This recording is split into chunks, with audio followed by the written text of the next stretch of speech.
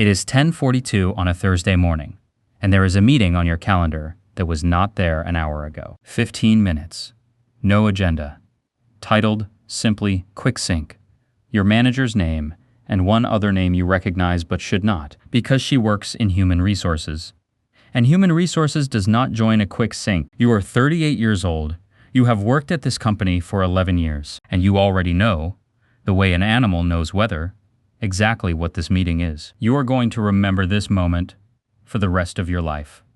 Not because of the meeting, because of what it turns into. Because in about 4 minutes, you're going to be handed the single worst piece of news of your professional life. And it is going to feel like the floor opening.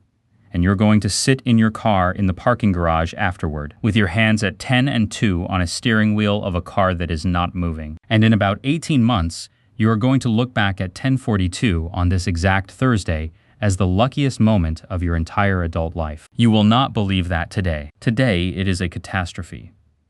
Let me take you through how a catastrophe becomes the best thing that ever happened to you. Not with a positive attitude, not with a motivational speech, with a plan and a runway, and a set of very specific decisions made over 18 months while you were more frightened than you had ever been. Rewind. 4 minutes. You walk into the small conference room, the one with the frosted glass, the one nobody books for good news. Your manager is there. His name is Paul. He is 52, and he has been decent to you for 11 years, and he cannot look at you. And that is how you know for certain, before anyone says a word. The woman from Human Resources is named Angela. She has a folder. There is a single sheet of paper on top of it, and it has your name on it, and it is turned very slightly toward you, the way a check is turned toward you at the end of a meal. Paul says the word restructuring. He says the word redundancy. He says a phrase about how this is not a reflection of your performance, and some part of your brain, even now, notes that if it is not a reflection of your performance, then it is a reflection of something you had even less control over, which is somehow worse. You hear about a severance package, 11 years, so it is a decent one. You hear the words continued health coverage and a date in the phrase your last day will be. You hear that today, actually, is your last day, that you should take the afternoon, that someone will walk you out. They walk you out. That is the detail nobody prepares you for.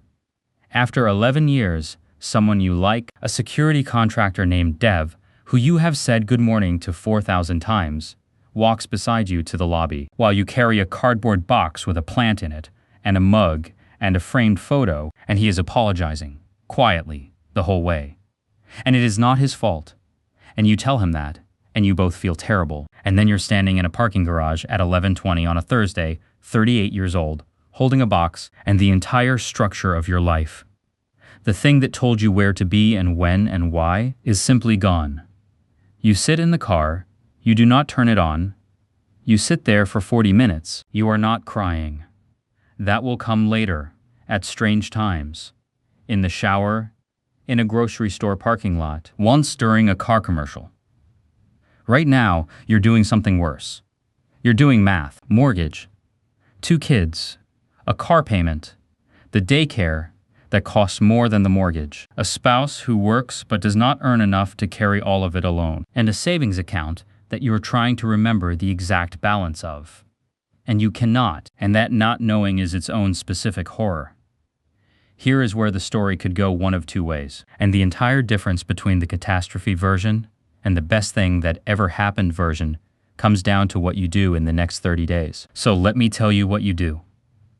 The first 30 days, the first thing you do is the hardest thing, and it is not financial. It is that you do not immediately start applying for the same job you just lost. Every instinct screams to do exactly that, to get back on the horse, to have a new job before anyone finds out you lost the old one, so that the story becomes a smooth transition instead of a layoff. The fear wants you to run straight back into a version of the exact building you just walked out of.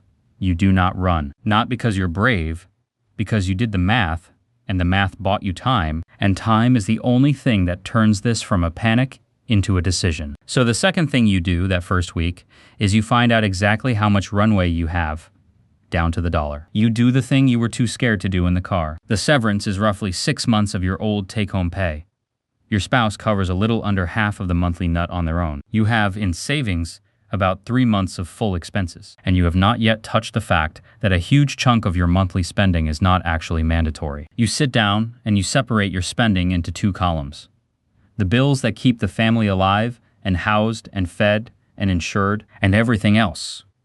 The everything else is larger than you expected. It always is the subscriptions, the convenience of never packing a lunch, the daycare, which, and this is a hard sentence, you no longer strictly need at its full 5 days a week, because one of the 2 adults in the house is now home. That last one is the first place the catastrophe starts, very quietly, turning into something else. Because when you cut daycare from 5 days to 2, you save an enormous amount of money. But that is not actually the part that matters. The part that matters is that you are now home, in the middle of a weekday, with your 4-year-old for the first time since the 4-year-old was born. You do not notice yet that this is a gift. Right now, it just feels like another thing you lost, being replaced by a thing you are scared of. You stack your runway, severance, plus reduced expenses, plus your spouse's income, plus the savings as a hard floor you promise yourself you will not touch. And you get a number. 14 months. 14 months before things get genuinely dangerous. That is not freedom. But it is not a cliff either. It is a runway. And a runway is a completely different thing than a cliff, because a runway is a thing you can take off from. The third thing you do in the first 30 days is you file for unemployment. Immediately. That first week, because it is money you are entitled to, and the processing takes time, and there is no prize for pride, and you go on your old employer's health coverage continuation. But you also spend one afternoon pricing the marketplace alternatives, and you find that for your family, a marketplace plan is actually cheaper than continuation, and that one afternoon saves you around $400 a month. That is the tone of the first 30 days, not despair. Triage, cold, practical, unglamorous triage. You are a person going through your own house during a flood, calmly deciding what goes up to the second floor. And the last thing you do in the first 30 days is you tell people, this is the one that costs you the most pride and returns the most value, and almost everyone gets it exactly backwards. The instinct is to hide it, to keep updating a professional profile as though nothing happened, to be vague at the school pickup, to carry it like a shameful secret. You do the opposite. You tell people plainly without drama. You were part of a restructuring. You're figuring out your next move and taking your time to get it right. You say it in a steady voice, at a barbecue, to a former colleague, to your brother-in-law, to a guy you used to work with who left 3 years ago. And here's what you learn. The shame you were carrying was entirely invented. Nobody thinks less of you. Half the people you tell have been through it themselves, and the other half know exactly the right person for you to talk to. 3 of the most important conversations of the next 18 months come directly from people you only spoke to because you refused to hide. The first 90 days. Once the triage is done, the fear changes shape. In the first 30 days, the fear is loud, an alarm. In the next 60 days, the fear goes quiet. And quiet fear is more dangerous, because quiet fear whispers that you should just take the first thing that comes along. And something does come along. Around day 50, a recruiter calls about a job almost identical to your old one at a company across town for about 90% of your old salary. Every cell in your body wants to take it. It would end the fear. It would make the story go away. It would let you tell people you landed on your feet. You do something that feels insane. You go to the interviews, because interviews are free information, but you do not chase it. You slow it down. You ask yourself a question you have never once asked in your entire career, because you never had the runway to ask it. Is this what I actually want, or is it just the shape of the hole I fell out of? For 11 years you had a job, and the job was fine, and the job told you who you were, and you never had a single unstructured hour in which to ask whether the job was the right job, because the job filled every hour it could reach. Now you have hours. Terrifying, empty, unstructured hours, and in them a question you buried at 27 starts making noise again. You use the 90 days for something specific. You give yourself an assignment. You're going to talk to 20 people, not apply to 20 jobs. Talk to 20 people. Old colleagues, people 2 steps removed, people who do the thing you have always been vaguely curious about, but never had a reason to explore. You are not asking any of them for a job. That is the rule, and it is what makes it work. You're asking them what their days actually look like, what they wish they had known, what the work is really like once you get past the title. You have coffee, you have phone calls, you take notes like you're researching a decision, because you are. And a pattern starts to emerge from the 20 conversations. The people who are happiest are not the ones with the biggest titles or the most secure jobs. They are the ones who have some amount of control over their time, over their clients, over what they build. The variable is not money, and it is not stability. The variable is agency. You have spent 11 years optimizing for stability, and the stability turned out to be a story because a company can end the stability at 10:42 on a Thursday with 15 minutes notice, and there was nothing you could ever have done to prevent it. If stability was always an illusion, you think, then what exactly were you trading your agency for? You do not have a full answer yet, but you have stopped chasing the identical job across town. The recruiter is annoyed. You let him be annoyed. Month 4 through month 8. This is where the story does its real work, and it happens in the least dramatic way imaginable. During the 20 conversations, one thing kept coming up. It came up so many times that you almost missed it. The way you miss a word you use constantly. People kept asking you for help with the thing you were best at. At your old job, you were the person who could take a chaotic, broken process and make it work. You did it so often and so automatically that you stopped seeing it as a skill. It was just the thing you did between the things that were on your job description.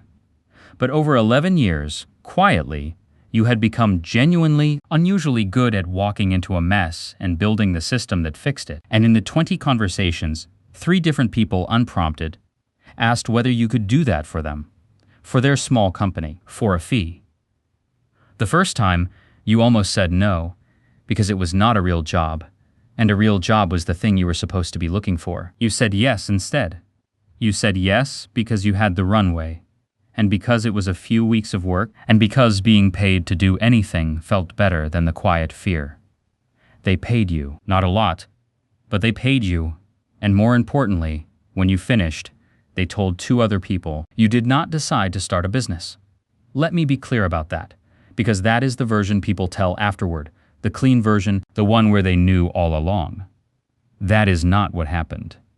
What happened is that you took one small piece of work because you were scared and had time, and it led to a second, and the second led to a third, and somewhere around the 5th one, you looked up and realized you had accidentally been running a business for 2 months without noticing. You start treating it like one. You set an actual rate, and the rate is higher than you are comfortable with, which means it is roughly correct. You make a simple contract. You register the boring legal thing. You open a separate bank account so you can see what is actually coming in. By month 7, the business is covering about half of what your old salary did, on maybe 25 hours of work a week. Read that again, slowly, because it is the entire hinge of this story. Half your old income, 25 hours a week, which means per hour, you are already earning more than you did at the job you spent 11 years being grateful for. You had believed, without ever examining it, that your salary was a fair measure of what your work was worth. It was not. Your salary was a measure of what one specific company was willing to pay for exclusive, full-time access to all of you. 45 hours a week, including all the hours you spent in meetings that did not need you, and all the value you created that you never saw a cent of because it went to the company. The layoff did not cost you your earning power. The layoff revealed that your earning power had been trapped inside a structure that took most of it. You did not know that on Thursday at 10:42. You could not have known it. The only way to find out was to be pushed out of the structure and forced to sell your skill directly, at its real price, to people who actually needed it. Month 9 through month 12. This is the scariest part of the whole thing, and it is scary precisely because it is going well. Because now you have a decision. The business is real. It is growing, but it is not yet quite enough to fully replace your old income and give your family the security you promised them. And the runway, which was 14 months, is now down to about 5. And a real job offer arrives. A good one. Not the identical job across town. A better one at a company you respect for slightly more than your old salary. It is a genuinely good offer from genuinely good people. You have to actually choose now between the sure thing, the salary, the benefits, the security your family can feel, and the thing you have been building, which is more money per hour and more control over your life, but comes with a variance that could, in a bad quarter, frighten everyone in your house. This is the moment that separates the two versions of the story. And the answer is not the brave one. The answer is not throw caution to the wind and bet on yourself. That is what people say afterward when it happens to work out. It is terrible advice. The answer is that you do the math honestly with your spouse, at the kitchen table, at night, with the kids asleep, and you build a bridge instead of taking a leap. You go back to the company with a good offer, and you tell them the truth, that you have been building something, that you are interested, but that you would want to do it in a way that lets you keep a small number of your existing clients. Or, alternatively, that you would consider doing the work for them as one of your clients, at your rate rather than as an employee. You have never in your life had the leverage to say a sentence like that. You have it now. And the only reason you have it is that you were laid off and built an alternative, which means you are, for the first time in your career, negotiating from a position where you do not need the job. Not needing the job is the most valuable asset you have ever owned. It is worth more than the salary, because a person who does not need the job gets treated completely differently than a person who does in every negotiation forever. They say yes to a version of it. Most companies will, when the person across the table is calm and has options, and is not asking from a place of fear. And now you have both. A base of stability from an arrangement with one good company and a business you own with your own clients that you control. The exact thing the 20 conversations told you the happy people had. Agency purchased not with courage, but with 14 months of runway and 18 months of unglamorous decisions. Month 13 through month 18. The fear does not fully go away. I'm not going to tell you it does, because that would be a lie. And this whole thing has worked because you refuse to lie to yourself. But it changes into something manageable. It becomes a normal business fear. The kind with levers you can pull instead of the specific bottomless fear of a person with no control who can be ended at 10:42 on a Thursday. You rebuild the emergency fund, and this time you make it bigger, 6 months minimum. Because you understand now in your body that the fund is not for emergencies, it is for options. It is the thing that lets you say no. It is the runway that lets a catastrophe become a decision. The bigger the fund, the more you own the word no. And the word no is where all the value in a working life actually lives. You are earning more than you did at the old job. Not dramatically more, but meaningfully more, on fewer, better hours, with control over which work you take. You are home for dinner. You did not plan this, and you do not talk about it much, but you are home for dinner almost every night now, and you were not at the old job. And your kids are young enough that this window closes soon, and you are, by pure accident, spending it with them. The 4-year-old who you were suddenly home with in month 1, the one that felt like a scary complication, turns out to be the actual point of the entire story. You just could not see it from inside the catastrophe. And here's the thing that finally lets you say the sentence. The one that sounded insane at the beginning. It was the best thing that ever happened to me. You can say it now, but you have to be precise about why. Because the reason is not the one people assume. It is not that the layoff was secretly good. The layoff was bad. Being walked out of a building by a security guard you like, holding a plant in a box, at 38 with 2 kids and a mortgage, is bad. There is no version of that Thursday that was not genuinely, unfairly bad. The layoff was not the good thing. The good thing was that the layoff took away the one thing you would never ever have given up voluntarily, which was the story that you were safe. You would have stayed in that job for another 20 years. You would have kept trading your agency for a stability that did not exist. You would have kept believing your salary was what your work was worth. You would never once have had 14 empty months to ask what you actually wanted. Because a good job never gives you 14 empty months. That is the entire function of a good job. The layoff was a door being kicked in. It was violent and unwelcome, and you did not choose it. But on the other side of that kicked-in door was the only version of your life where you had control. And you would have died in the hallway of the old one, comfortable and slowly, never knowing the other room was there. That is not a story about a lucky break. There was no luck in it. Every part of the good outcome was built deliberately in fear over 18 months from a set of decisions any person could make. Here is what those decisions actually were. Stripped of the story. You bought yourself time before you did anything, by knowing your runway to the dollar and cutting everything that was not survival. You refused to sprint back into the identical hole out of shame.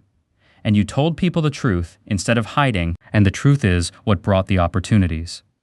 You spent your empty hours researching a decision instead of just applying, and you talked to 20 people with no ask attached, and the pattern in those conversations rearranged what you thought you wanted. You said yes to small work that was beneath the job you thought you needed, and the small work quietly revealed that your skill was worth more sold directly than it ever was sold wholesale to one employer. And when the safe offer finally came, you did not take the leap, and you did not take the safety. You built a bridge from a position of not needing the job, which is the only position for which anyone has ever gotten a good deal in the history of work. Somewhere right now, there's a 38-year-old looking at a meeting that just appeared on their calendar. 15 minutes. No agenda. A name from human resources attached to it. And they already know. The way an animal knows weather. Exactly what it is. In about 4 minutes, they are going to be walked out of a building by someone they like, holding a box, and they are going to sit in a car that they cannot bring themselves to turn on. Doing math. More frightened than they have ever been. And everything, the entire difference between the catastrophe and the best thing that ever happened to them, is going to come down to what they do in the next 30 days, and the next 90, and the 14 months of runway they may or may not have thought to build before Thursday ever came. If you are that person, hear this clearly. The job was never your safety. The job was the story of your safety, and the story ended at 10:42 with 15 minutes notice, and there was nothing you could have done. Your safety was never going to come from an employer who could end you in a frosted glass room on a Thursday morning. Your safety was always going to come from the same place it comes from for everyone who ever actually got free. From a runway you build before you need it. From a skill you're willing to sell directly. From an emergency fund that exists to buy you the word no. And from the specific, terrible, irreplaceable gift of being forced out of a room you were too comfortable to ever leave on your own. You were laid off at 38, and 18 months later, on an ordinary Wednesday, you're going to be home for dinner, in a life you actually chose. And you're going to think about that Thursday in the parking garage, hands at 10 and 2 on a car that would not move. And you're going to be grateful for it, not because it was good, because of what you built on the other side of it, quietly, while nobody was watching, out of the wreckage of a safety that was never real to begin with.